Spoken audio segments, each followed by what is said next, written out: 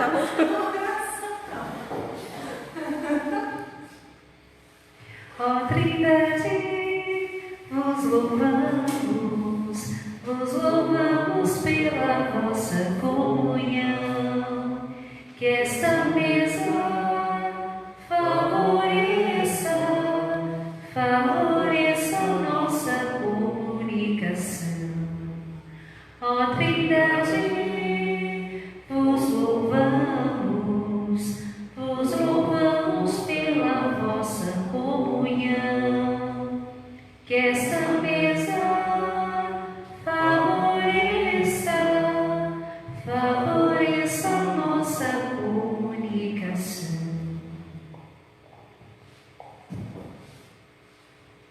Voltamos. Nosso sinal. Se a gente não tiver também, não somos nós somos a pastoral aqui da nossa paróquia. Pegou fogo. Não, Hoje não pegou fogo, viu? O Orlando não colocou fogo na caixa hoje. Então vamos lá, o Padre Rafael estava começando com o nosso resumo, com a nossa lembrança da última aula.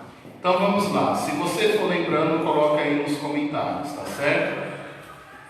Então o que nós falamos na última aula?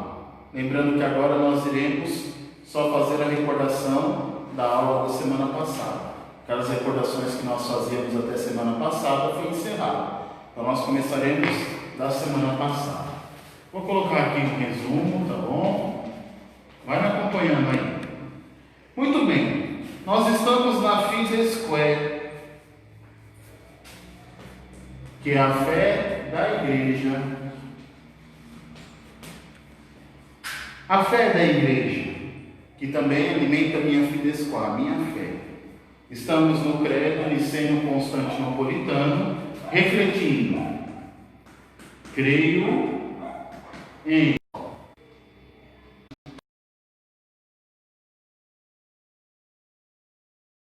De novo, voltou. certo? Voltou? Voltou. Hoje tá capirante. Voltou. Pronto. Era só o tempo de eu escrever na lousa aqui, era um descanso para vocês. Creio em um só Deus, Pai Todo-Poderoso, né? Criador do céu e da terra. Mas vamos só até aqui, ó. Creio em um só Deus, Pai. Então nós falávamos semana passada, o que quer dizer creio? Creio é a resposta, como nós já vimos, é a resposta do homem frente ao quê? A teologia da revelação. Então Deus se revela e o homem responde a esta revelação pela sua profissão de fé. A fé é a resposta do homem ao Deus que se revela. Lembrando que não é crermos em Deus Pai, é crer. É uma adesão pessoal. Todos nós, caríssimos filhos, somos livres para crer no Senhor. Então é crer. E também essa resposta não é um fideísmo. Não é um creio em um ser abstrato que eu não vejo, que eu não toco, mas que eu sinto. Não é isso. O creio, ele é uma resposta racional. É uma resposta prática à revelação de Deus. Eu creio em Deus e acredito piamente que Ele está presente nos sacramentos. Eu creio em Deus e acredito piamente que Ele está presente na oração da igreja. Percebam, a fé dessa teologia, o creio, é a resposta do homem dentro dessa teologia da revelação a um Deus que se revela, mas não é uma resposta fideísta, é uma resposta racional e transcendente. A minha fé me leva ao mistério, transcende a minha existência, a ponto de eu fazer o bem, por saber que os meus gestos aqui na terra transcendem, chegam até Deus, e Ele preparará para mim uma eternidade. Então, creio esta resposta do homem, uma resposta racional, uma resposta de fé, uma resposta prática, frente a um Deus que se revela. Nós cremos em quem? Em um só. Em um só Deus. Certo? Quem é esse este um só Deus? É o que nós iremos estudar hoje. É a Trindade. Tá? Eu creio em um só Deus, Pai, Filho e Espírito Santo. Nós vamos entender que nós só podemos falar que o nosso Deus é Pai, Filho e Espírito Santo quando nós olhamos para Cristo. É Jesus no Novo Testamento que revela Deus como Pai e é do Filho que procede o Espírito. Mas olha, nós cremos em um só Deus. Mesmo sendo 3 pessoas, é uma única realidade, é um único mistério. Em um só Deus. Lembrem que semana passada eu utilizei a Sagrada Escritura para mostrar quem é Deus. Certo? Quem é Deus?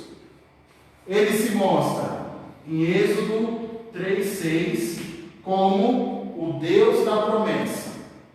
É o Deus de Abraão, é o Deus de Isaac, é o Deus dos antepassados, é o Deus da promessa.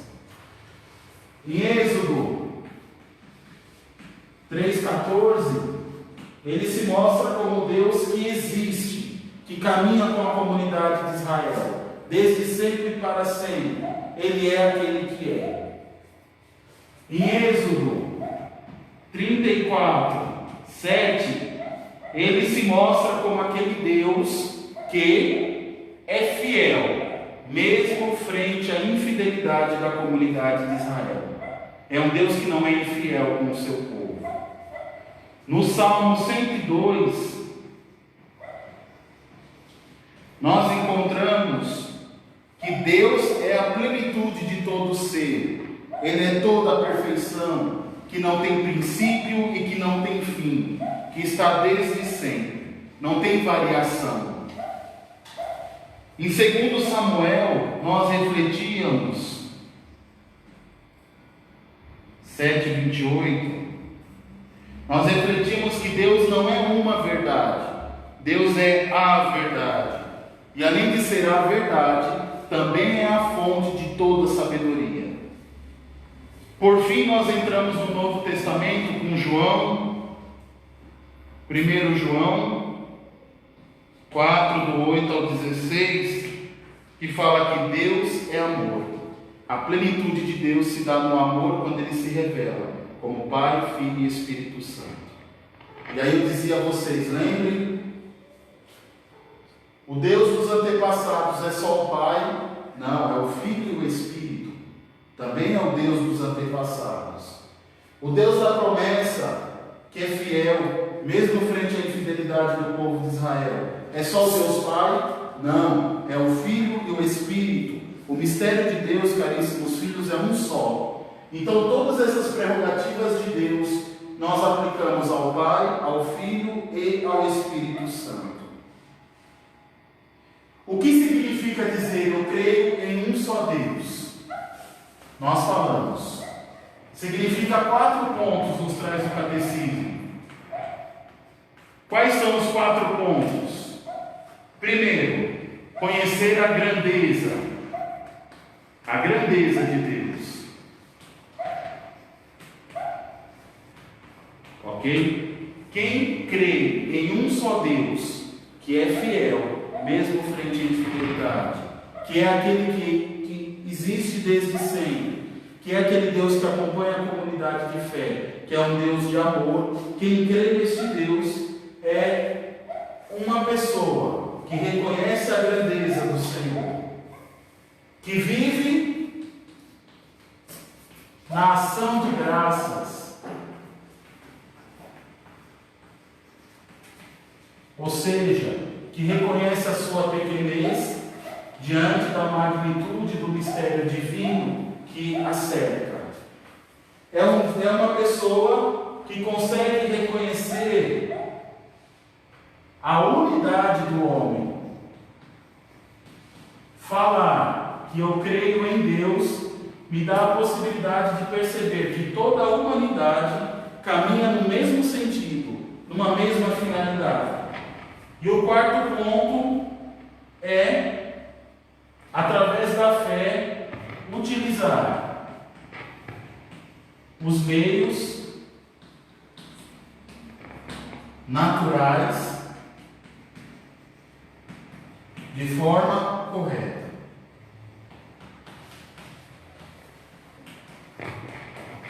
Então percebam que dizer creio em Deus está de forma implícita na própria vida humana. Creio, resposta pessoal. Em Deus. Qual Deus? O Deus da promessa, o Deus que é fiel frente à infidelidade, o Deus que é amor, o Deus que caminha com a comunidade de Israel. O que implica dizer creio em Deus? Começou, meu gente, o capiroto aqui. O que significa dizer eu creio em Deus? Aquelas 4 notas vai dizer o catecismo. Por um lado, nós encontramos a grandeza de Deus. Por outro, nós vivemos numa ação de graças, porque este Deus grandioso nos visita. De outro, nós entendemos a unidade do homem. Somos filhos de um mesmo Pai. Somos filhos no Filho Jesus Cristo. Somos guiados pelo mesmo Espírito. Somos um único corpo. E por fim, tudo aquilo que é a natureza, tudo aquilo que é criação, pela nossa fé, nós entendemos o sentido. A revelação divina mostra que há um só Deus. Um só Deus. A fé cristã confessa que há um só Deus, por natureza e por substância e essência. Proclamar que Jesus é o Senhor não contraria a fé no Deus único. Isso é importante, caríssimos filhos, nós entendermos.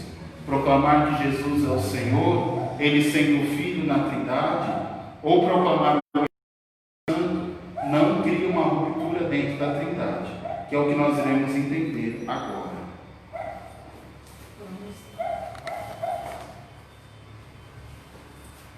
Retomando no no parágrafo 238, onde a gente vai tratar da revelação de Deus como Trindade. Como o padre disse, a invocação de Deus como Pai é conhecida em muitas religiões. A divindade é muitas vezes considerada Pai de Deus e deuses e dos homens. Em Israel, Deus é chamado de Pai enquanto Criador do mundo.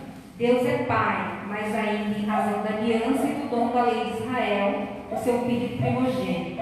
É também chamado de Pai de Israel, muito particularmente ele é o Pai dos pobres, do órfão, da viúva, que estão sob a proteção do amor. É um pouco do que o padre acabou de falar para a gente agora. Tá. Tá tudo aí? Então, caríssimos filhos, ainda nessa prerrogativa, creio em um só Deus. Nós somos batizados em nome do Pai, e do Filho, e do Espírito. Este é Deus, o Pai Todo-Poderoso, o seu Filho único e o Espírito Santo. Este mistério da Trindade é o mistério central da nossa fé cristã. É o mistério de Deus em si mesmo. Torna-se a fonte de todos os outros mistérios. Isso nos diz o catecismo. A Trindade é o mistério central da nossa fé. Mistério é mistério, não se explica, se vive. Porém, aquilo que nós podemos compreender coloca a Trindade no centro de toda a vida da igreja. A caridade. Quando que eu devo levar comida para os pobres? É apenas uma ação humanitária? Se eu tiro o mistério da Trindade, sim. A caridade perde o sentido pleno. Eu faço a caridade porque eu, embebecido do mistério da Trindade, transmito esse mistério de forma caritativa. A Eucaristia. Por que eu celebro o mistério da Eucaristia? Porque ali naquele altar está Cristo por inteiro, pela vontade do Pai no Espírito. Percebam que a Trindade se manifesta à igreja. Então eu, embebecido do mistério da Trindade, encontro na Eucaristia um local verdadeiro, uma relação profícua com a própria Trindade. Me encho das coisas do céu. A catequese, uma catequese que anuncia outras coisas, mas não anuncia a Trindade, e não bebe na Trindade para anunciar, ela é sempre uma catequese infrutífera, não dá frutos, porque a catequese deve partir do mistério da Trindade. Percebam, é o mistério de Deus em si mesmo. Eu me preocupo muito, às vezes nós estamos dividindo a Trindade. certo? Às vezes o nosso grupo é um grupo só do Espírito, ou a nossa catequese é só uma catequese cristocêntrica, e nós esquecemos que o mistério da Trindade, Pai, Filho e Espírito Santo, é indiviso. É o mistério de Deus presente entre nós. Toda a história da salvação é uma revelação deste Deus único, que reconcilia consigo e une em si todos os homens que se afastaram de Deus. O que é a caminhada do povo de Israel à terra prometida, lá no livro do Êxodo? Percebam, amados, é uma obra da Trindade. Deus está reconciliando o mundo consigo, unindo o povo a si. Quem são os profetas? Depois nós iremos professar no creio que o Espírito falou pelos profetas. Quem são os profetas? São aqueles instrumentos de Deus que têm a missão de trazer o povo para junto do Pai, do Filho e do Espírito. Claro, essa é uma visão cristã do Antigo Testamento. Mas toda a Bíblia é a história desta Trindade que fala, que se comunica e que não cansa de chamar os seus filhos para junto de si. Nós só podemos entender agora a Trindade, aí nós vamos entrar no que a Michelle falou, à luz do Filho. É o que está lá em Mateus, né? Isso, Michelle, lê para nós aí. Lá em Mateus 11, no versículo 27, ele diz assim: todas as coisas me foram dadas por meu Pai. Ninguém conhece o Filho, senão o Pai. E ninguém conhece o Pai, senão o Filho, e aquele a quem o Filho quiser revelar. Então vamos entender isso. Quem é o Filho? Jesus Cristo, nós sabemos. Percebam que antes de Cristo não se fala de Trindade. O Deus de Israel é um Deus monoteísta, um Deus cristão também, mas ele não vive uma correlação com outras pessoas. Jesus é o primeiro a chamar Deus de Pai. E é Jesus que promete à igreja o Paráclito. O que quer dizer a palavra Paráclito? A palavra Paráclito quer dizer o defensor. Então é Cristo que promete o Espírito. Quando Jesus aparece ressuscitado, ele sopra sobre a igreja, sobre os apóstolos, entregando o Espírito. Por isso que o Francisco Catão, um grande teólogo, dizia que na face do Filho nós vemos o Pai, e pelo Filho nós recebemos o Espírito. Porque o Filho é o ápice da revelação. Já vimos isso. O Filho é o ápice da revelação. Mesmo se houverem outras revelações, aparições de Nossa Senhora, não se compara à revelação que o Filho nos trouxe. Porque o Filho é a plenitude deste mistério. O Filho é o próprio Deus, a imagem do próprio Deus que caminhou entre nós. Só conhecerá o Pai aquele que o Filho quiser revelar, como nós acabamos de ouvir. Afinal de contas, quem é o Pai? Lê para mim o 239. Ao designar a Deus como nome de Pai, a linguagem da fé indica principalmente dois aspectos: que Deus é a origem primeira de tudo e autoridade transcendente, e ao mesmo tempo é bondade e solicitude de amor para todos os seus filhos. Esta ternura paterna de Deus pode também ser expressa pela imagem da maternidade, que indica mais a imanência de Deus, a intimidade entre Deus e a sua criatura. Então percebam, o Filho revela o Pai. Então nós vamos agora entrar no mistério da Trindade. O Filho revela o Pai e do Filho nós recebemos o Paráclito. Quem é o Pai? Segundo a revelação de Cristo, o Pai é, antes de tudo, a origem de todas as coisas e é a bondade. Porque é o Pai que nos seus desígnios deseja enviar o Filho. Então o Pai é a origem da bondade. E também o Pai é o sentido existencial de todas as coisas. Tudo nasce do Pai. Tudo está no Pai. Até o Filho. Porque quando ele está na cruz, está para morrer, ele fala: meu Deus, por que me abandonaste? É o sentido de abandono. Mas ele diz: ó Pai, em tuas mãos eu entrego o meu espírito. Né? E dando um forte grito, expirou. Uma vez aqui da Via Sacra, a velha falou, e dando um forte grito, expirou. De saúde. Todo mundo riu. Expirou. Voltou para o Pai. Então o Pai, agora na visão cristã em Cristo, ele é a fonte e a origem de todas as coisas. Ninguém é pai como Deus o é. Eu repito, ninguém é pai como Deus o é. Padre, mas no Antigo Testamento já chamavam Deus de Pai. Eu sou o Deus de Abraão, o Deus de Isaac, o Deus de Jacó. E muitas religiões chamam Deus de Pai. Ok, mas o Deus de Jesus Cristo é diferente.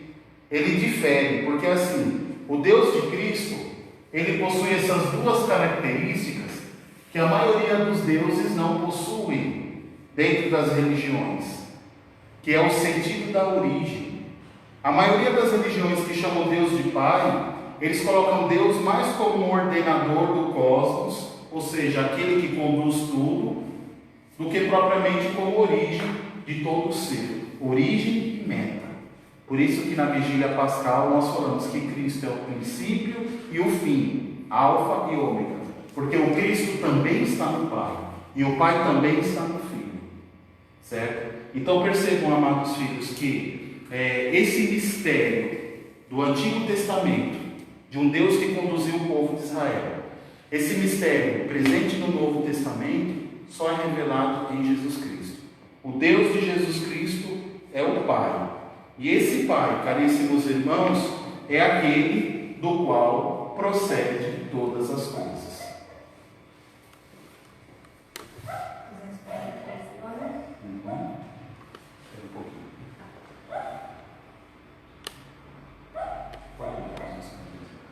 O Pai e o Filho, revelados pelo Espírito. Antes de sua Páscoa, Jesus anunciou o envio de outro Paráclito, o Defensor, o Espírito Santo, em ação desde a criação, depois de ter outrora falado pelos profetas, como o Padre disse. Ele estará agora junto aos discípulos e neles, a fim de ensiná-los e conduzi-los à verdade inteira. O Espírito Santo é assim revelado como outra pessoa divina em relação a Jesus e ao Pai. Abre para mim em João capítulo 1. Vamos ler o prólogo de São João para nós entendermos quem é o Filho e quem é o Pai. No princípio era o Verbo, e o Verbo estava junto de Deus, e o Verbo era Deus. Muito bem. Vamos entender o que João está falando. Os outros evangelistas todos falam da árvore familiar de Cristo. Ah, fulano veio de fulano, de fulano, de fulano, que nasceu Maria de Maria o Salvador. Certo. Lucas, Mateus e Marcos começam assim. João não. João começa, em princípio erat verbo. No princípio. Que princípio João está falando? Na criação. No ato da criação. Na origem de tudo. Na origem de tudo tem quem, Michele? Leia de novo o capítulo 1. No princípio era o Verbo, e o Verbo estava junto de Deus, e o Verbo era Deus. Muito bem. Então havia no princípio o Verbo, a palavra, e essa palavra estava junto de Deus. Aí vocês podem falar assim: ah, padre, então ele era uma espécie de um coroinha que estava ajudando. Vai dizer João, estava junto de Deus e o Verbo era Deus. Ok? E o Verbo era Deus. Por isso que o Papa Bento XVI falou que nós católicos não somos a religião de um livro. Nós somos a religião de uma pessoa, Jesus Cristo. Por isso que está errado cantar aquela musiquinha. a Bíblia é a palavra de Deus semeada no meio do povo. Não. A palavra de Deus semeada no meio do povo é Cristo. Ele é a palavra do Pai. E a vida dele está contida na Escritura. Ótimo. A Bíblia então conta a história da palavra de Deus, que é Cristo. Leia para mim o versículo 14, Michel. Então o verbo que estava na criação, ele veio ao mundo para ser luz, vai dizer São João. Mas no versículo 14 ele vai dizer uma coisa interessante. E o verbo se fez carne e habitou entre nós. Muito bem. Se fez carne e habitou entre nós. Encarnado-se, assumiu a humanidade. A mesma humanidade marcada pelo pecado de Adão e Eva. Por isso que a nossa salvação, caríssimos filhos, inicia na noite de Natal. Por isso que é uma noite tão festiva. Porque nós, que somos os degredados filhos de Eva, naquela noite santa de Natal, recebemos uma visita. E Jesus não veio caminhar entre nós, não. Jesus assume a nossa humanidade, assume a nossa vida, vive em toda a condição humana, menos o pecado. É como se Jesus assumisse a condição humana e a resgatasse dela mesma. Se era uma condição falida, agora em Cristo encontra um novo sentido. Se era uma condição destruída, agora em Cristo encontra um novo sentido. E o Verbo se fez carne e habitou entre nós. E nós vimos a sua glória. Continua, Michel. O 15. João dá testemunho dele e exclama: Eis aquele de quem eu disse: o que vem depois de mim é o maior que eu, porque existia antes de mim. Muito bem. Ele vai se referir aqui a João Batista, que é o último grande profeta do Antigo Testamento. Tá? Então o que ele está dizendo? O Antigo Testamento finalmente chegou ao fim. Agora é o tempo da nova aliança. É o Verbo. Padre, por que o senhor está dizendo isso? Porque a igreja, no ano de 325 depois de Cristo, século IV, ela vai declarar que o Verbo, Jesus Cristo,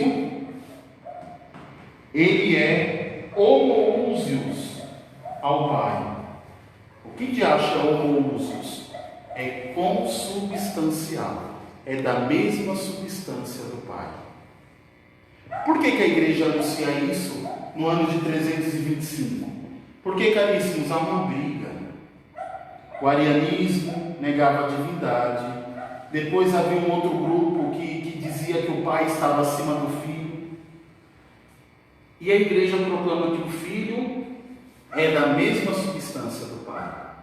Se o Filho é da mesma substância do Pai, quais são as prerrogativas do Pai? É a origem e o sentido, é a origem e a bondade e o sentido da existência. O Filho participa desse mistério do Pai. O Filho e o Pai são da mesma substância. Mas o que é substância? Nós vamos entender. Mas eu queria que vocês só compreendessem isso. Jesus é palavra de Deus, que assume a humanidade, se faz homem, está entre nós. Padre, eu não sei se é piada interna ou alguma coisa assim, mas o Pedro de Maria, ele fala assim: foi verbo encarnado, não encapado. Não entendi. Também não, Pedro. Não sei que entorpecente você usou. Se for bom, traz para mim que eu também quero, que eu estou precisando. Tem muito problema esses dias aí para resolver. Não começa assim não, Pedro, que daqui a pouco explode uma caixa, cai o celular de novo. Acho que a gente Vamos precisa parar, encapar é os fios, né? Nem o Já verbo. foi hoje. Vamos lá, continuando. 246 agora? Isso. Deixa eu encontrar aqui os meus escritos. Exato. A gente combina, mas depois vai indo. A gente tem que abusar bastante do conhecimento deste padre que está aqui do meu lado. Por mais que a gente se esforce, busque, tem que explorar esse mocinho aqui. Faz assim um favor para mim. Abre lá em Gênesis 1, 2. 1, 2.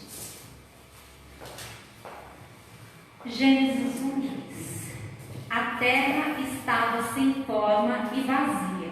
As trevas cobriam o abismo e o Espírito de Deus pairava sobre as águas. Muito bem. Nós ainda estamos falando do Pai, tá bom? O Espírito pairava sobre as águas. Vai falar para um judeu que esse Espírito é o Espírito Santo, que ele dá 2 tapas em tu e bota tu para correr. E o que o judeu acha que é então esse Espírito que pairava sobre as águas? Seria aquilo que é o próprio Deus. Quando fala o Espírito, quer dizer que seria a vontade de Deus, a graça de Deus que pairava sobre as águas. Ou seja, Deus próprio estava na totalidade do universo. Ele não era uma coisa reservada. Os judeus não acreditam no Espírito Santo? Muito bem. Não é que os judeus não acreditam. Por que nós acreditamos no Espírito? Porque Jesus nos revelou o Paráclito. É aí que nós vamos chegar. Então, de novo, no princípio, vai dizer São João. Estamos lá no João capítulo 1, tá? É o prólogo de São João. No princípio, havia o Deus. Ô Pedro, se tu quiser escrever um comentário aí, vai ser bem-vindo. Me explica o que tu falou. No princípio era o Deus, né? E o Verbo estava junto de Deus. Lá no versículo 14, João vai dizer que o Verbo assume a humanidade, se fez carne e habitou entre nós. Agora, lá no livro do Gênesis 1, 2, nós vimos que na criação o Espírito pairava sobre as águas. Como que nós sabemos que esse Espírito também é mistério de Deus? Também se relaciona com Deus? Porque o Verbo, que se fez homem, que assumiu a humanidade, nos revelou. Eu quero que vocês entendam uma coisa que é heresia. Isso aqui não são 3 deuses, ou não são 3 manifestações de um mesmo Deus. Tipo, agora eu me apareço como Pai, daqui a pouco como Filho. Não. Quando Jesus assume a humanidade, não é o Deus Pai que assumiu um corpo e virou Filho. Não. São 3 pessoas distintas que formam um único mistério, que nós chamamos de mistério Trinitatis.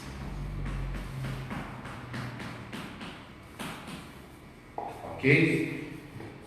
Lê para mim também João 16, 13. Ainda estamos no Espírito, meu povo, só para vocês entenderem. Porque senão vocês poderiam dizer assim para mim, Padre, mas o Espírito só está lá no Gênesis. Há vestígios dele lá. Mas nós vamos entender o que Cristo diz em João 16, 13. Quando vier o Paráclito, o Espírito da verdade, ele vos ensinará toda a verdade, porque não falará por si mesmo, mas dirá o que ouvir e vos anunciará as coisas que virão. Dirá o que ouvir, anunciará as coisas que virão, porque o Espírito está numa relação profunda com o Pai e com o Filho. O Espírito comunica aquilo que ele vive. E essa relação vivencial da Trindade, nós chamamos de pericorese,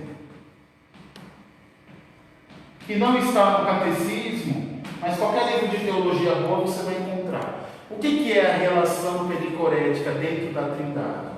É a relação de amor entre o Pai e o Filho e do amado, que é o Pai que ama o Filho, né? O Filho é o amado, e do amante, que é o Espírito Santo. Meu Deus do céu, o Espírito Santo é um amante, esquece que eu falei, tá bom? Mas ele é um amante dentro da relação trinitária. Mas não é amante nesse sentido não, viu? Então tu vai para o inferno, chegar lá, vai estar o Espírito Santo, fala, lembra quando você me chamou de amante? Agora desce. Acho que é melhor a gente voltar ao que eu comentei lá na aula da teologia, né? Que cada um tem a sua propriedade. Pode ser uma casa na praia, uma casa no campo, cada um das pessoas é uma propriedade. Mas é um único mistério. Nós vamos entrar mais aí, porque a gente ainda está falando do Pai. Só para terminar o Pai. Olha para o tio aqui nos meus olhos. Agora ele quer terminar com o Pai. Vamos Meu acabar. Deus. Já teve o amante, agora é o Pai.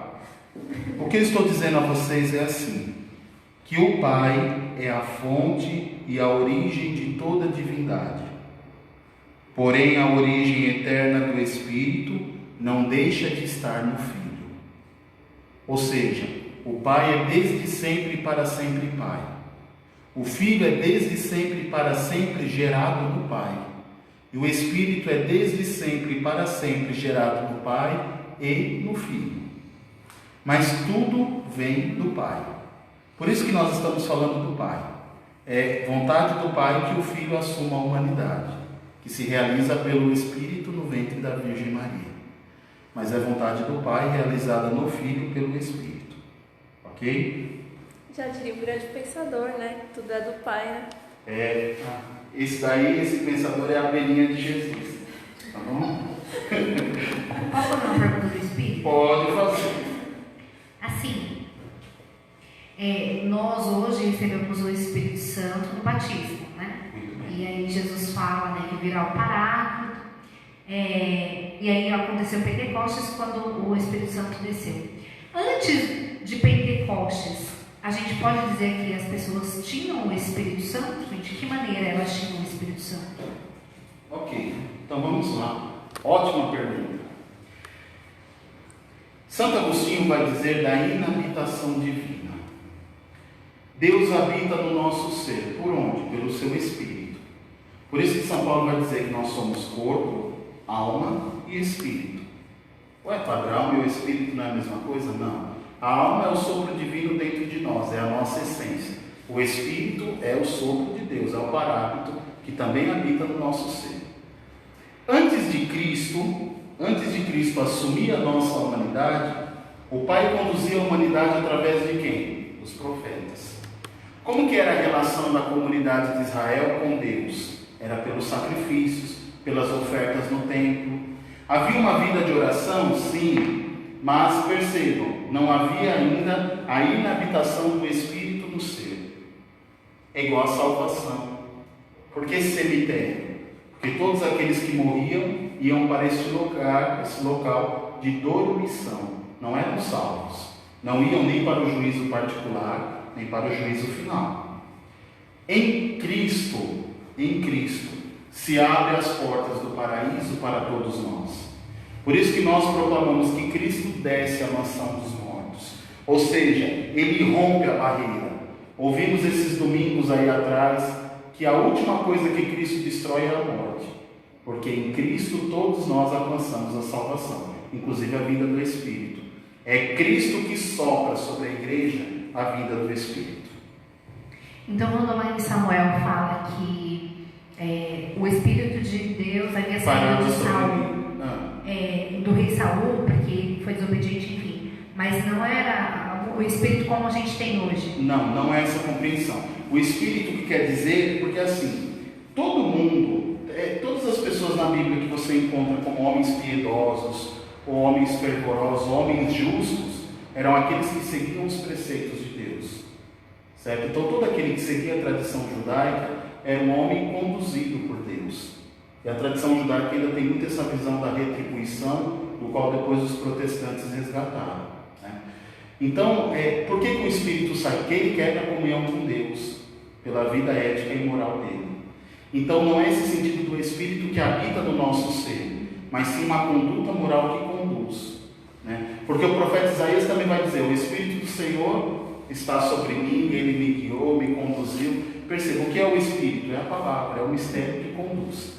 Mas o Espírito Santo vem graças ao Verbo.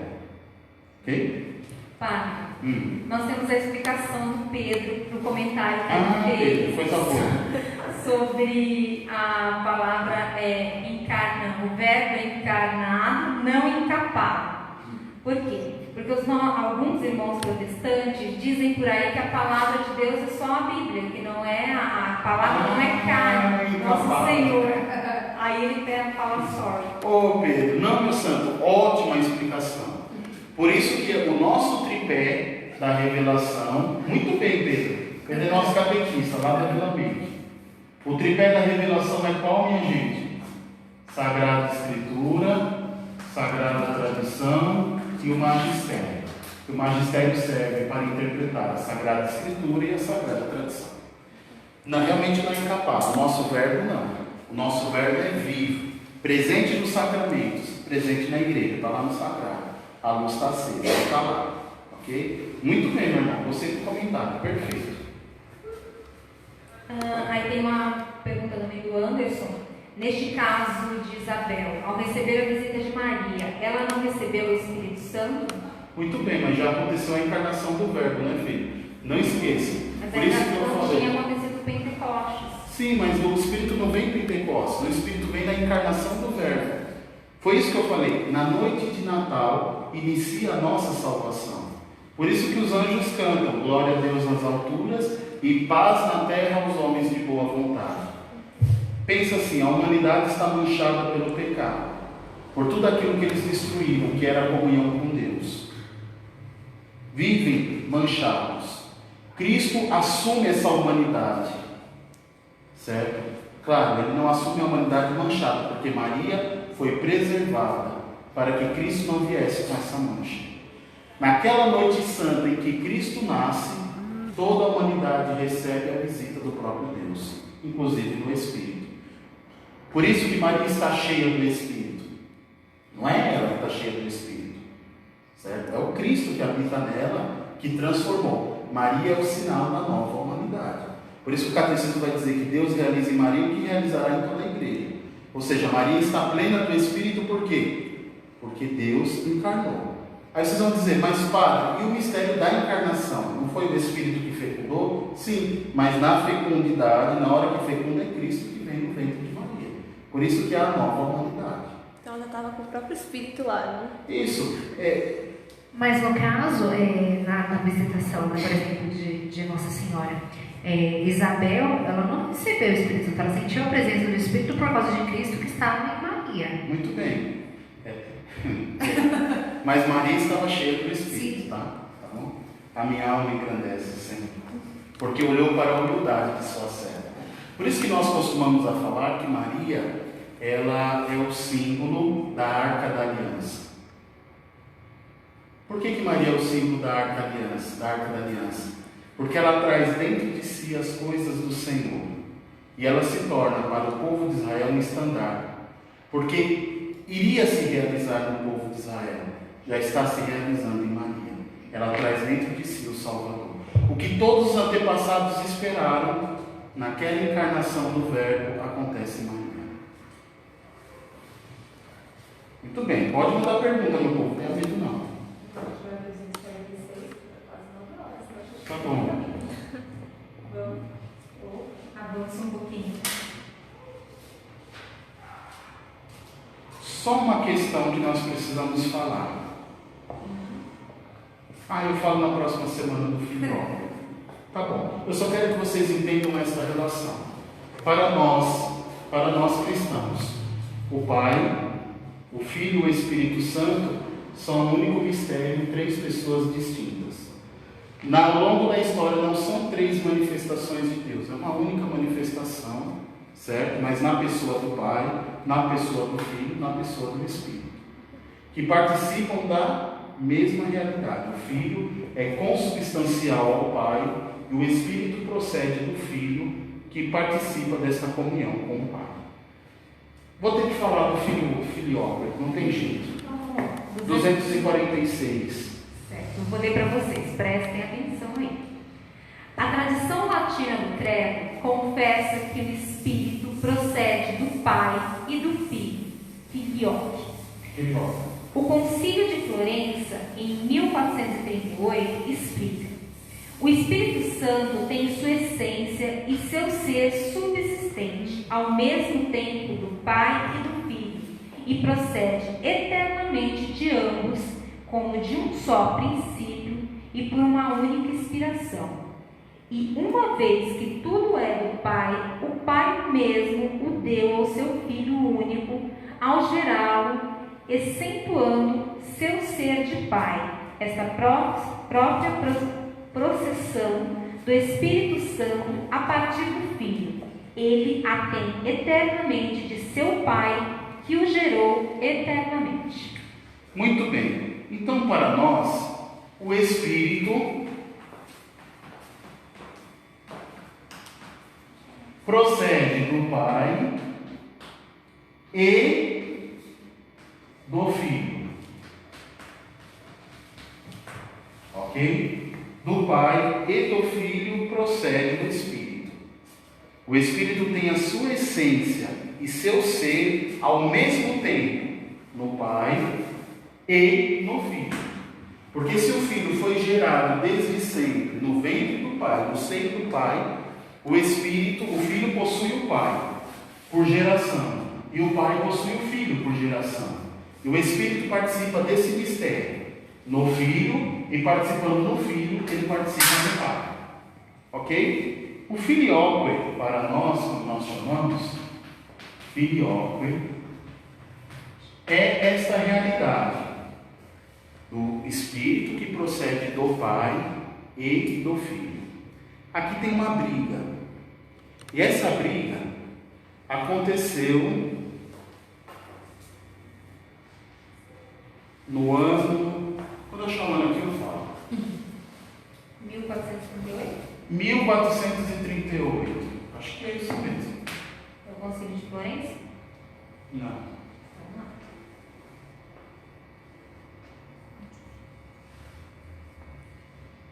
Aconteceu aqui no século IX.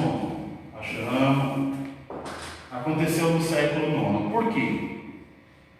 Porque essa igreja romana, que já anunciava desde o século V essa realidade do Filho que procede do Pai e do Espírito que procede do Pai e do Filho. Já a igreja do Oriente, que no caso é a igreja ortodoxa,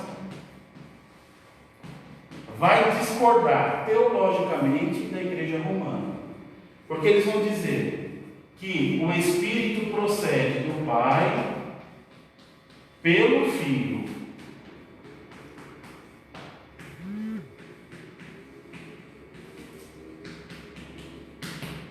Então percebam, eles vão afirmar que o Espírito procede do Pai pelo Filho, tá? Eles afirmam de forma legítima e racional, pela ordem das coisas criadas. Então percebam, aqui ele vai dizer pela ordem da comunhão consubstancial. O que existe para os ortodoxos? Em primeiro lugar é o Pai. O Pai existe desde sempre para sempre. Por mais que ele gere o Filho, vai dizer os ortodoxos, ele existe desde sempre para sempre.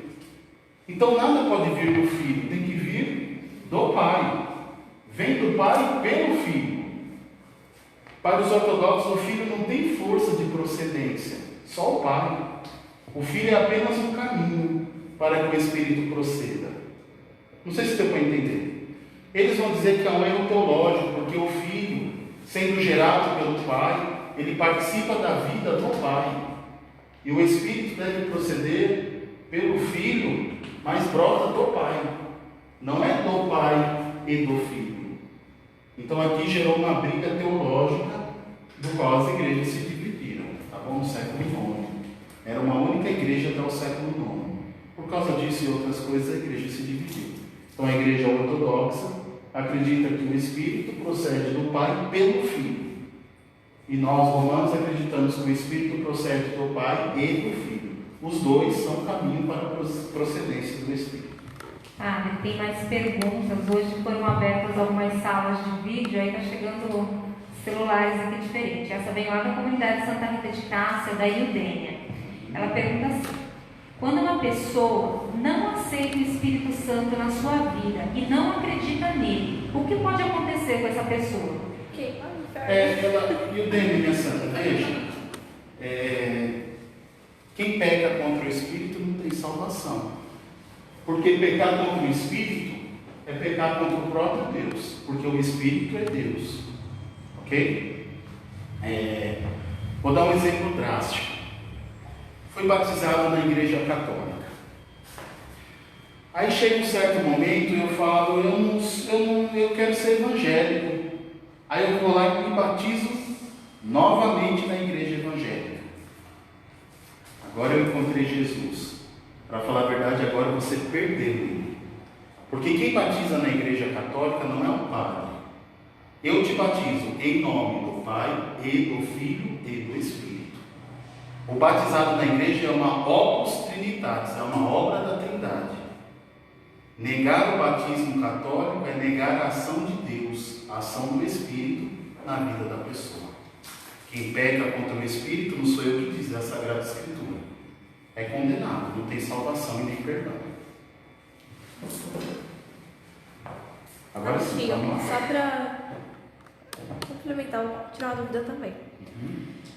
Aceitei Jesus, fui lá, desci as águas, só que eu me arrependi. Tem salvação? Como assim aceitei Jesus? Não, eu virei evangélico, aceitei Jesus, eu neguei o meu batismo, só que aí passou uns anos e falei eu voltei, como domingo passado aconteceu aqui na Matriz, tá? Tem. Por que tem salvação? Porque a ignorância, vai dizer o catecismo, ela salva. Por isso que eu estou ensinando o catecismo, porque vocês vão todos saber que é errado e vão se perder. Muita gente não sabia. Se você vai por indução ou por não saber, você não está pecando. Ok? Claro, está pecando. Mas se você não tem a consciência do pecado, você não viverá as penas daquele pecado. Se em algum momento eu mudei e eu percebi que eu fiz mal para mim mesmo, e eu desejei voltar e voltei livre para realmente aceitar a Cristo, claro, filho, você é bem-vindo. E assim pode ser vice-versa. Por exemplo, eu sou evangélico de uma igreja luterana e vim para a igreja católica. Não sei se vocês sabem, mas nós não batizamos de novo esse jovem, porque ele já foi batizado. Porque para nós o que é o batismo? É usar água e a fórmula: eu te batizo em nome do Pai, e do Filho e do Espírito. Se o pastor fez isso, nós não batizamos porque já foi batizado. A única coisa que a gente faz é a profissão de fé. Entende? Então assim, o batismo é algo sagrado, que é Deus que confere. Ah, mas eu era da igreja batista e fui batizado em nome de Deus, não sei o que, não foi em nome da Trindade, então não foi batizado. Porque Jesus em Mateus 28 manda batizar em nome do Pai, do Filho e do Espírito Santo. Então se eu estava fora, sem a consciência, e me converti, desejei voltar, aí sim, aí não era nem pecado, porque eu não tinha consciência do erro. E nesses casos, padre, onde a pessoa ela era evangélica, ela foi batizada lá e aí ela se torna católica, ela vem para cá. Os nossos padres hoje, eles conhecem as fórmulas das igrejas evangélicas, eles se preparam dessa forma ao longo do seminário, da caminhada ao sacerdócio? Sim, meu povo. Para vocês terem uma ideia, o Código de Direito Canônico, não vou me lembrar o cânone, mas ele traz até numa nota de rodapé do padre Jesus Hortal, um jesuíta, acho que é jesuíta ele traz até as igrejas que são válidas. A CNBB também há uns anos atrás, a CNBB não fala só de política não, viu? Graças a Deus, quando falo também é miséria. A CNBB há uns anos atrás lançou um documento oficial com a relação das igrejas, dos quais nós aceitamos ou não o batizado. Eu pergunto isso porque se nós sairmos na rua aqui, tem muitas igrejas que até nós não conhecemos. A gente às vezes passa na frente, nem sabe que é uma igreja, depois passa de novo, vê lá um nome, enfim. Mas todas elas se encaixam em alguma coisa. Ou são as mais tradicionais, luterana, anglicana, ou são aquelas pentecostais, ou as neopentecostais. Então você tem que encaixar ela dentro de um campo para você poder entender, tá bom? Então você que está aí em casa, valorize o seu sacerdote, os meninos que estão fazendo a caminhada vocacional, porque para ter todo esse conhecimento, para lá na frente nos ensinar o que é a nossa verdade de fé, não é fácil, hein? Olha lá, hein? O cheiro do capiroto no seu cangote. A tia Leila Platina, ela fala, né? Eu vi essa situação essa semana. Uma família católica que se rebatizou e agora são evangélicos. Ela disse que ficou triste, então reze por essa família, né? Se eles tiverem a noção do que eles fizeram, nem a nossa oração ali vai poder ajudar eles. Se eles têm a consciência que eles eram batizados e deixaram a fé católica por vaidade, ou porque estavam passando por dificuldade e foram buscar um Deus milagreiro, aí a condenação é certa. Vamos assim, até aqui vocês entenderam? Balança a cabeça em casa. Isso, Manda um coração, gente, mais fácil. Então, de novo, tudo vem do Pai.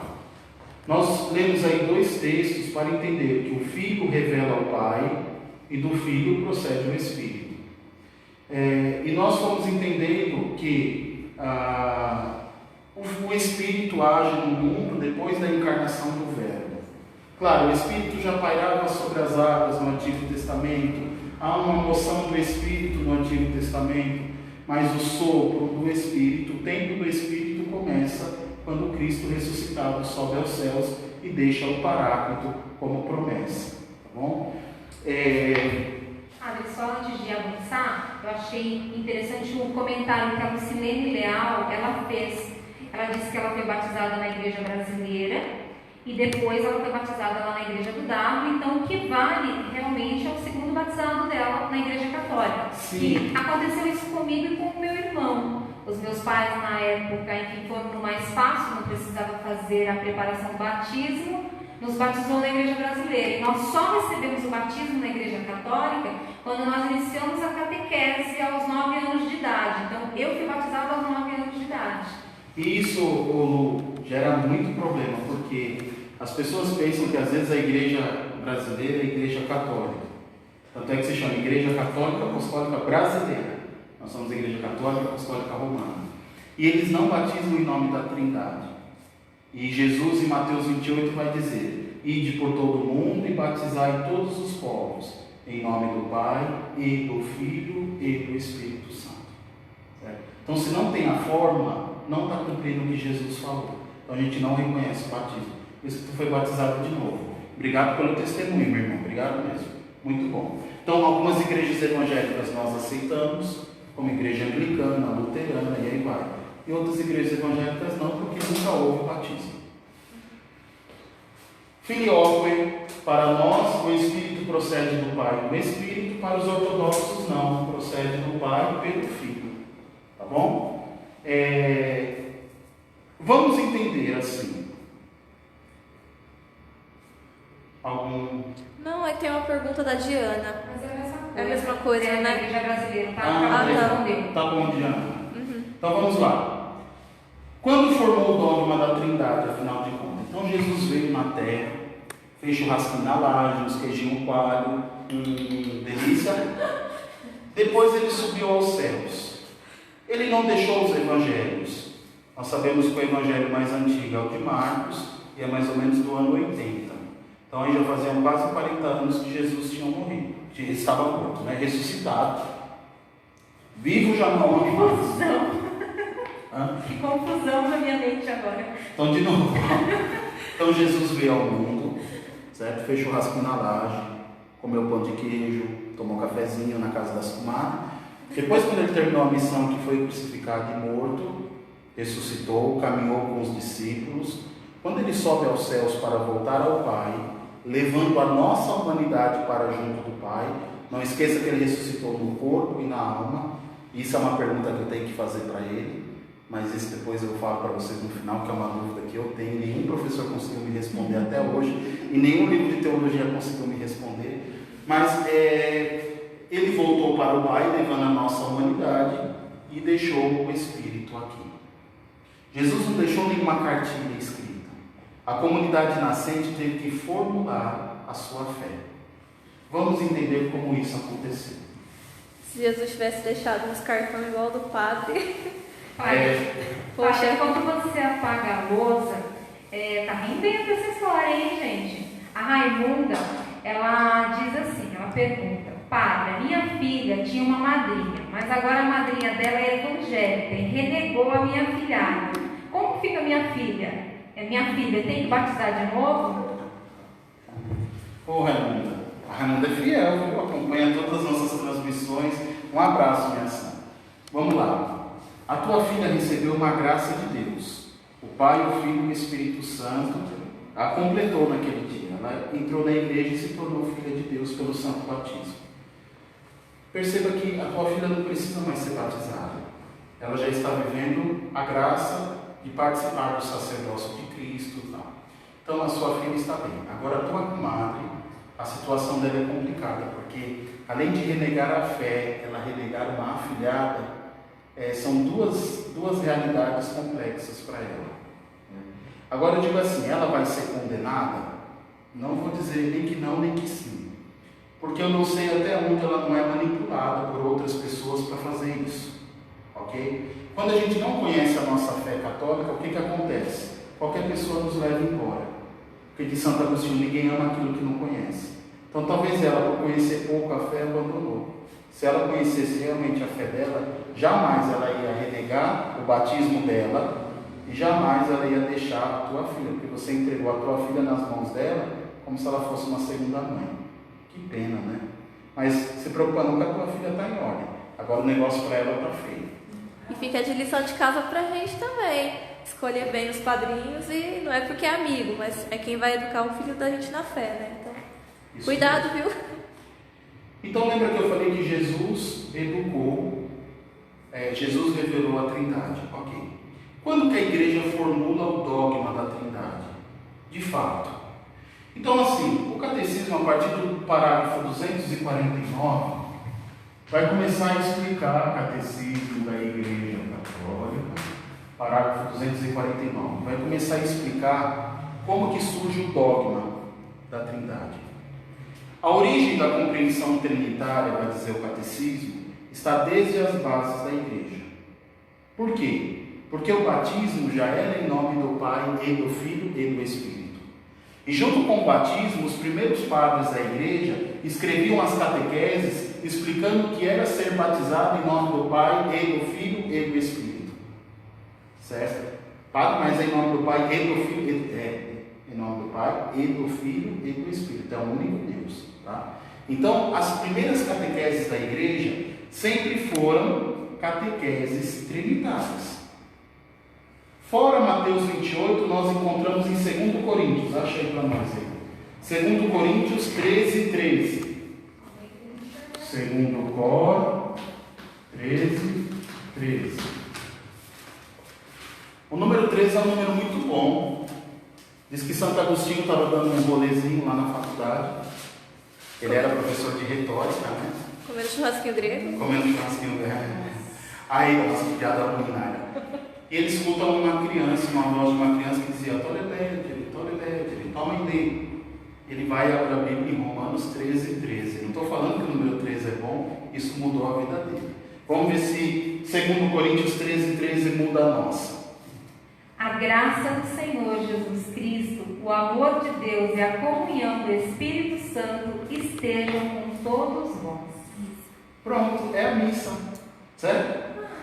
Percebam, então a igreja nascente já compreende a realidade de Deus, que Deus é Pai, Filho e Espírito Santo, ok? Os primeiros séculos da igreja foi definido o dogma por causa das heresias. Então, por exemplo, não se entendia ao certo quem era Jesus. Então surgiam correntes de teologia que tentavam falar quem era Jesus. Aí surge uma que nós chamamos de subordinacionismo. O que fala o subordinacionismo? Fala que o Espírito era subordinado ao Pai e o Filho era subordinado ao Pai. E eles pegam aquele trecho bíblico que diz assim: Pai, afasta de mim esse cálice, mas que seja feita a tua vontade. Vocês estão vendo? O Filho era submisso ao Pai. Então o Filho não é da mesma substância do Pai, ele está abaixo. Então eles criaram uma hierarquia. Aí foi necessário a igreja dizer que não. Cristo assume a humanidade e se torna modelo de servo e sofredor. Por isso que ele se entrega nas mãos do Pai, para deixar o modelo a toda a igreja, a toda a humanidade.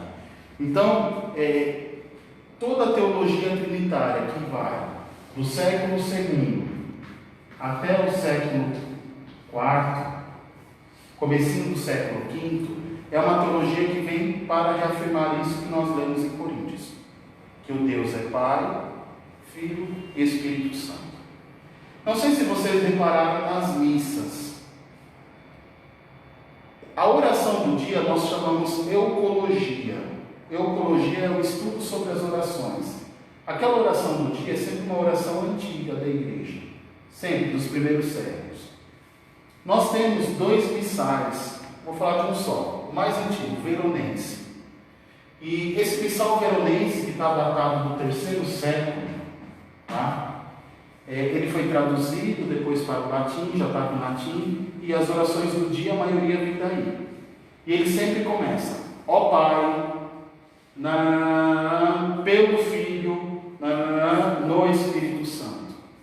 Ou se não começa: ó Deus, que realizais todas as maravilhas no Filho, olhai hoje pela igreja que está aqui reunida.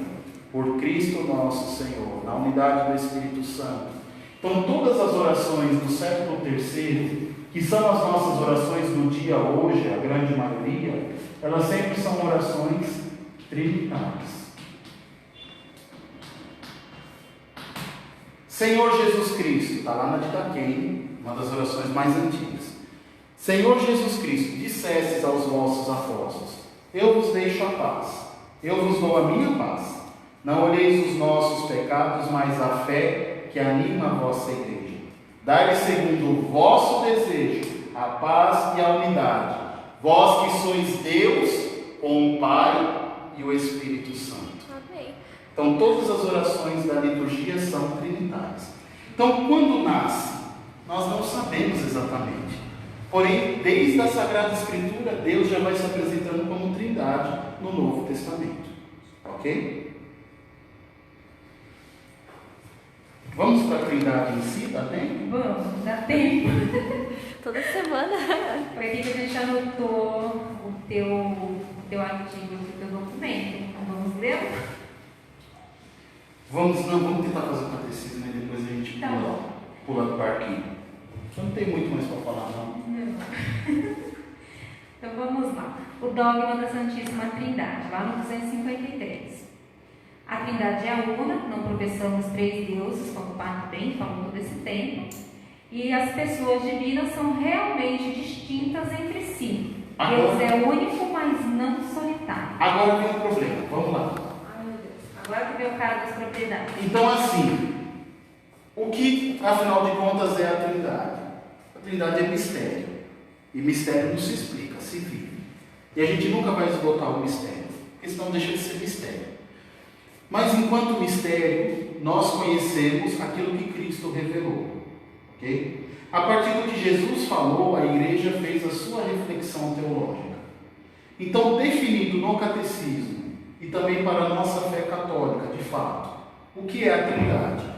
A primeira coisa, a Trindade é una. Ponto. Padre, mas como é essa coisa? Apareceu o Pai, depois veio o Filho, depois o Espírito Santo, e o Espírito Santo entra no corpo das pessoas, derruba o povo desmaia. Como que ele está junto de Deus e está junto dos homens? A Trindade é una. Caríssimos, nós não professamos três deuses, mas um só. Uma Trindade consubstancial. Uma Trindade que é Pai, Filho e Espírito Santo, da mesma substância. Da mesma substância. É uma única realidade. Certo? E não é o único Deus que ora se manifesta como Pai, ora é Filho. Não. São três pessoas distintas numa única substância. Um único Deus. Então a primeira realidade é essa. A Trindade é uma só. Ok? Se tiver dúvida, escreva. A segunda verdade da nossa fé católica é que as pessoas são realmente distintas entre si.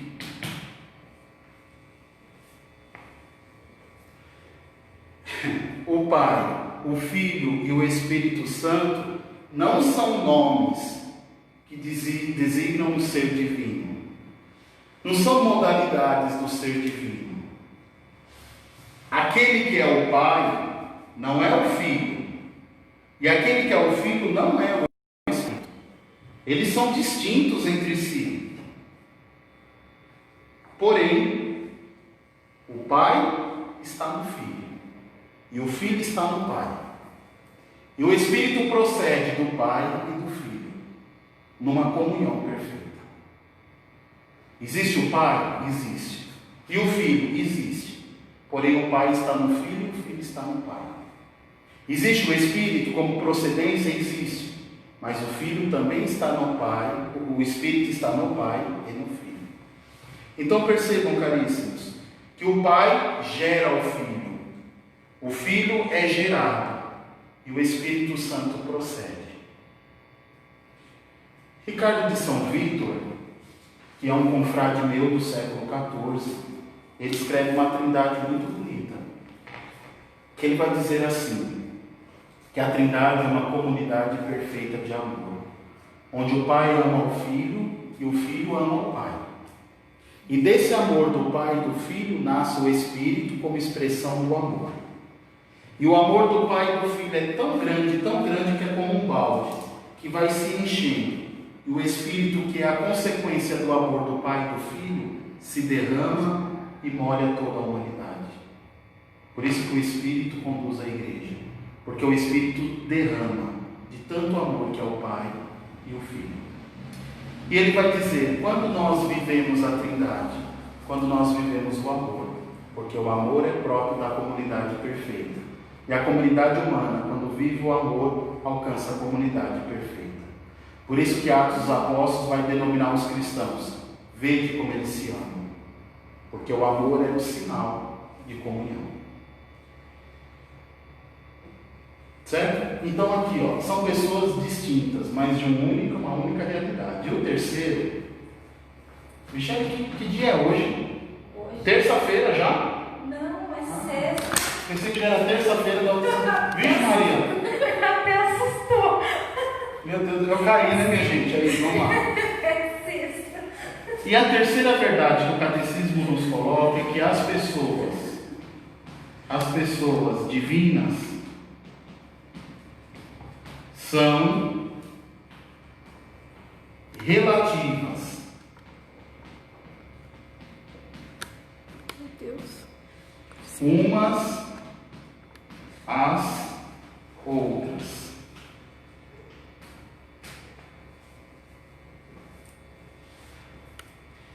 O que é relativa?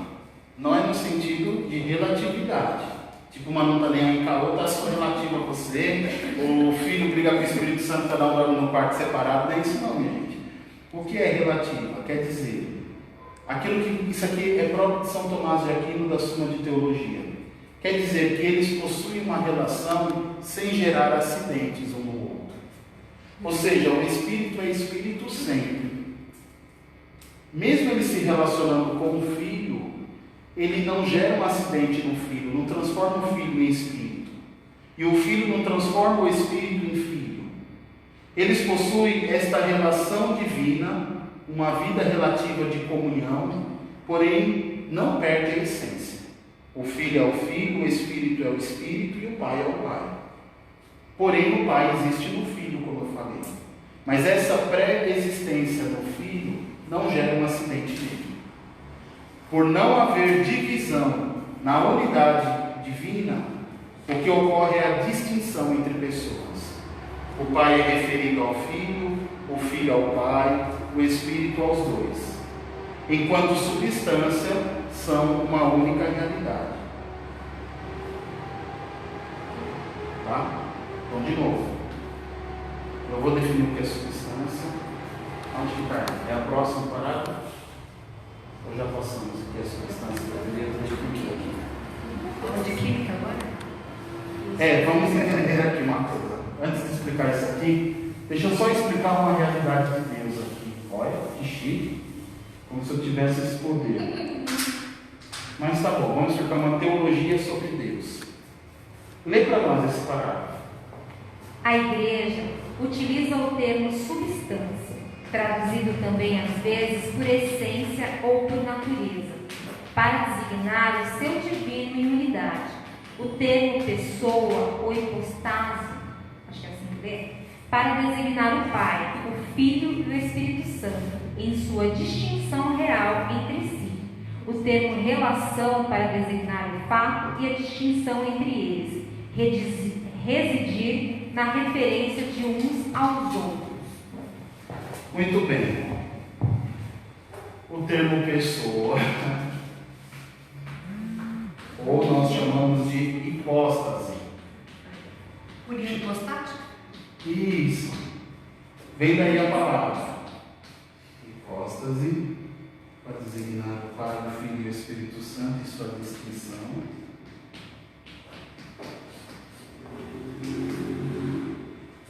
e o termo relação, para designar a referência uma a outra. Então vamos lá. O que existe?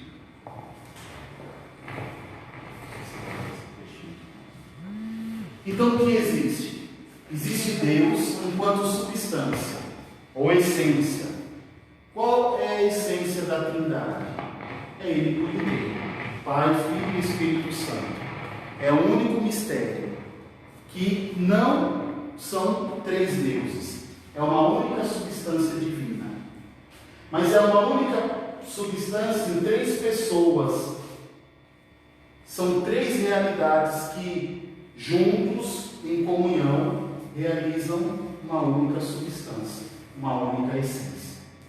E eles, dentro desse mistério da relação, completam de forma plena a sua essência.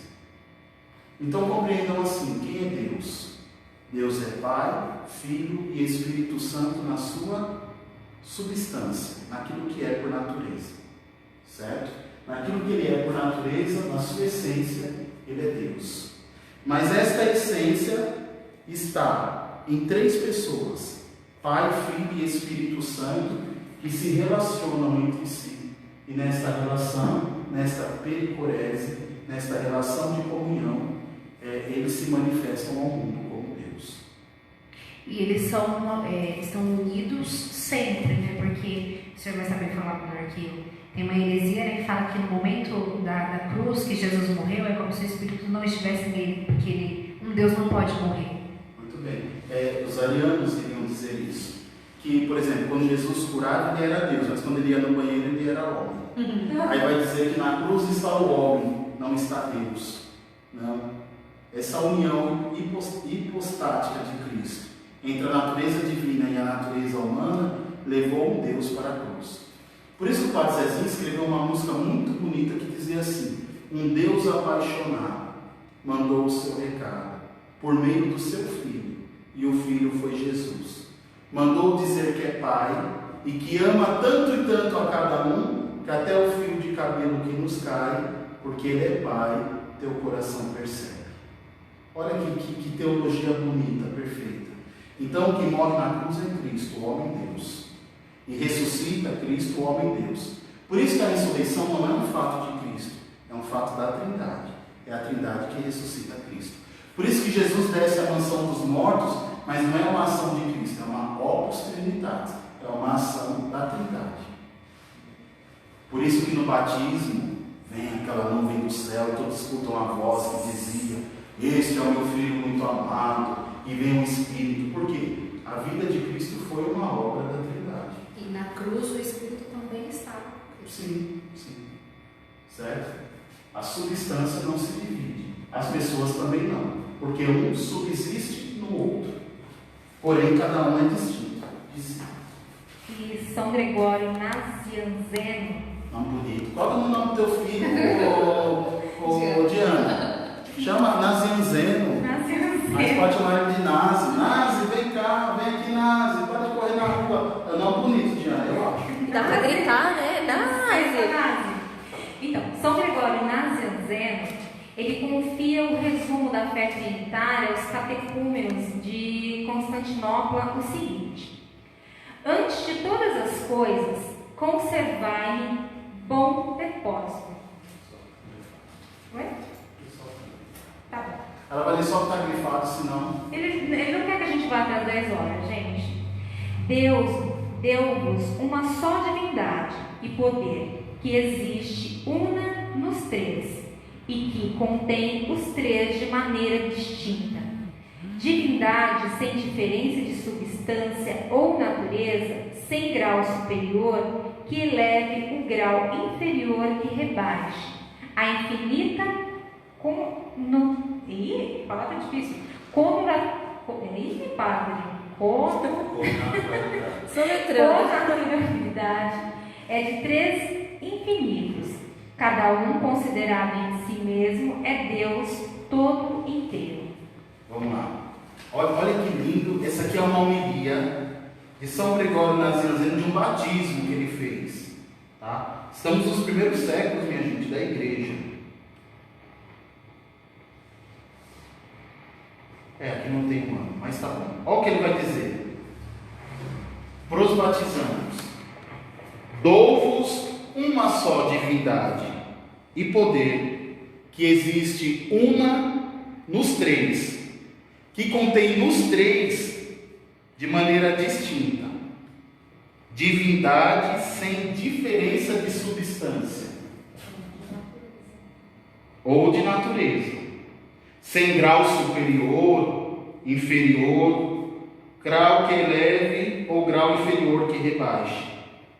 A infinita connaturalidade é três infinitos, cada um considerado em si mesmo é Deus todo inteiro.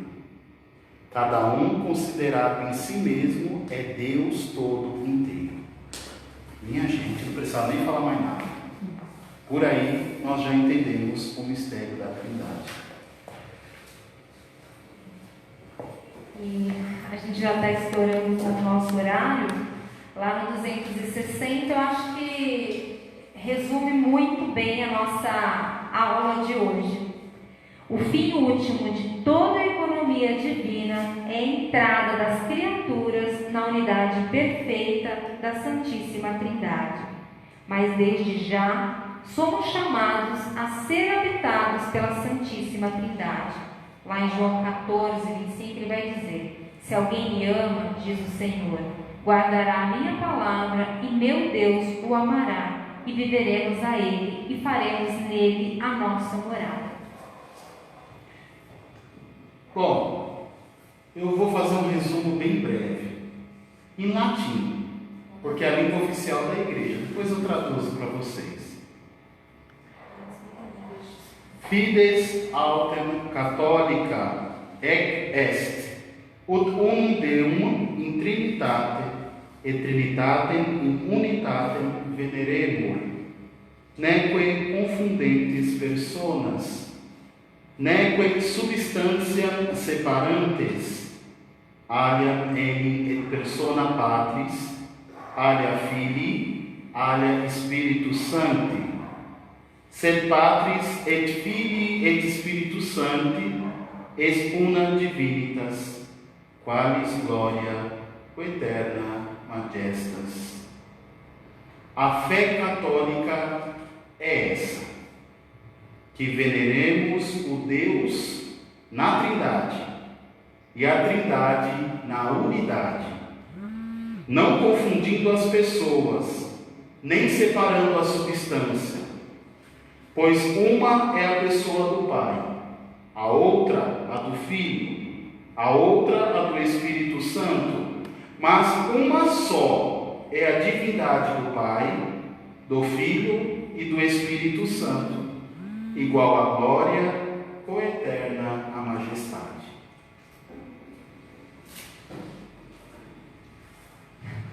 Entenderam? Digita aí se tem alguma dúvida. Eu vou esperar um minutinho você digitar, enquanto isso eu vou apagar minha voz. Se não tem, você pode escrever: eu quero fazer meu feijão, chega. Eu também aceito essa resposta. Que leu o texto do Pedro? As nossas últimas 3 aulas foram de queimar os miolos, né? Vai ter mais gente com cabelo branco, não só eu que estou aqui do lado do padre. Coloca aí pra gente se você também perdeu os miolos, se você entendeu, se não entendeu nada, se quer que a gente coloque fogo na caixa. Vai lá. Bom, eu vejo que não tem nenhuma pergunta a princípio. Tem aí, Naira? Muito bem. Nós caminhamos hoje até o número... Finalizamos a Santíssima Trindade. Paramos aqui no 260 e a gente vai para o parágrafo 3, o Todo-Poderoso. Então, só para recordar, para vocês entenderem onde nós estamos. Então, creio em Deus, Pai Todo-Poderoso. Ok? Nós já entendemos que o creio é uma resposta pessoal. Nós já entendemos quem é o Deus cristão, que é o Deus Trindade. Explicando quem é o Deus Trindade, nós já explicamos quem é o Pai. Agora, na próxima aula, nós vamos para o Todo-Poderoso. O que significa dizer que Deus é Todo-Poderoso? A sua filhada fez uma pergunta, mas a gente acabou não lendo. Ela fala assim, é que eu não estou achando aqui, mas eu lembro da pergunta. Ela fala assim, uma pessoa que virou evangélica, e aí a pessoa está para morrer, e aí não deixa um padre fazer as orações, dar a unção dos enfermos à pessoa, e aí vai um pastor e faz uma oração. A oração é válida? Toda oração de sufrágio é válida. Até a nossa. É que eu não acostumei muito com esse negócio de papo, né? Mas a oração de um fiel na hora do sufrágio é válida. Vocês já li um artigo, não sei onde foi que eu li aí, de uma pessoa que estava agonizando, e aí era uma irmã religiosa falando, não, quando você estiver assim, joga água benta em volta, porque os demônios estão tentando levar a alma da pessoa. Umas coisas meio difícil, mas perceba, Diana, que a oração pelo sufrágio é válida, sempre. Porque toda oração de sufrágio, ela contém indulgência para o defunto. Então você, por exemplo, reze o sétimo dia por ela, reze nas suas orações por ela, que a sua oração será válida, ok? Agora sim, alcançaria a indulgência que alcança o sacerdote católico? Não, porque era a fé dela. Agora, quem fez isso com ela vai ter que prestar conta, e não é nem para mim nem para você, certo? Talvez Deus tenha mais misericórdia dela por saber que ela estava ali impossibilitada em torno de um monte de pessoas que não tinham a capacidade de respeitar a fé dela. Se eram filhos, também como ela educou na fé. É outra questão que nós podemos avaliar. Se educou mal, com certeza não são bons cristãos. Mas enfim, a oração do pastor foi válida, a oração sua é válida, a minha oração é válida, mas agora diante de Deus ela vai prestar conta o quanto ela foi fiel à Trindade. Deixa eu fazer uma pergunta, falando de morte. Uma pessoa que se suicidou, tirou sua própria vida, a gente pode rezar pela salvação dessa pessoa? Pode. Até o século XIX não podia. Porque acreditava-se que uma pessoa que atenta contra a própria vida ia direto para o inferno. Ela ia fazer até um cemitério diferente, né? Isso, não podia nem ser enterrado no cemitério cristão. Católico no caso, né? E não era só católico não, evangélico também, protestante, né? Porque evangélico todos somos. Depois de São João Maria Vianney, que é o patrono dos padres, ele fez uma reflexão uma vez que chamou a atenção e depois seguiu. Se a pessoa se joga de uma ponte e no último minuto ela se arrepende, será que Deus não teria misericórdia dela? Hoje nós sabemos, com o avanço da tecnologia, que as pessoas que cometem suicídio, está chegando aí o setembro amarelo da cor do catecismo. Nós sabemos que a pessoa que comete o catecismo, não, que comete o suicídio, ela nem sempre está bem da cabeça. Porque os estudos mostram que uma pessoa que comete o suicídio, ela não quer acabar com a vida, ela quer acabar com a dor. Então é muito válido a nossa oração sim por elas. Porque, com certeza, Deus terá misericórdia, porque é necessário a consciência para ter o pecado. Às vezes a pessoa está fora da casinha. E a misericórdia de Deus é tão grande que acho que vale uma aula para isso depois, né? A misericórdia de Deus não é. Então vamos lá, meu povo. Perdeu tanto a cabeça que até o padre saiu da casinha um pouco. A Nilza coloca aqui, é difícil, que ela vai ter que assistir a aula algumas vezes depois para poder processar tudo isso. Mas, enfim, que bom que vocês ficaram aqui com a gente, que prestaram atenção, que interagiram, que mandaram suas perguntas. Uma vai puxando a outra e é assim que a gente vai construindo o nosso conhecimento, dessa fé tão bonita, desse catecismo que nos foi dado com tudo aqui para que a gente possa entender melhor sobre a nossa fé. E esse sacerdote aqui que está há poucos dias de completar um ano de sacerdócio, que está levando muito a sério esse chamado dele, e um deles é aqui, evangelizar-nos, ensinar-nos, aprofundar na nossa fé. Obrigada mesmo. Amanhã, ao meio-dia, Fábia, ao meio-dia nós temos o ofício, No domingo nós temos a transmissão da Santa Missa às 10 e às 19.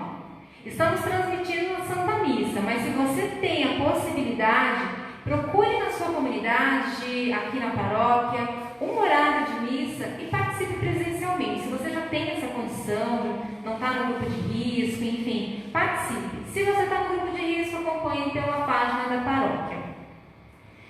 As aulas da Escola de Maria, eu vi que hoje tem muita gente participando, foram abertas várias salas de vídeo, as perguntas foram chegando de diferentes celulares. Você que de repente não assistiu às 4 primeiras aulas, procure no Facebook da paróquia, tem as aulas, tem também no YouTube. Você vai lá, recorda tudo que a gente já falou até agora, para juntar com o que falamos hoje, para sua cabeça ferver um pouquinho mais. Mas está aí, não perca essa oportunidade.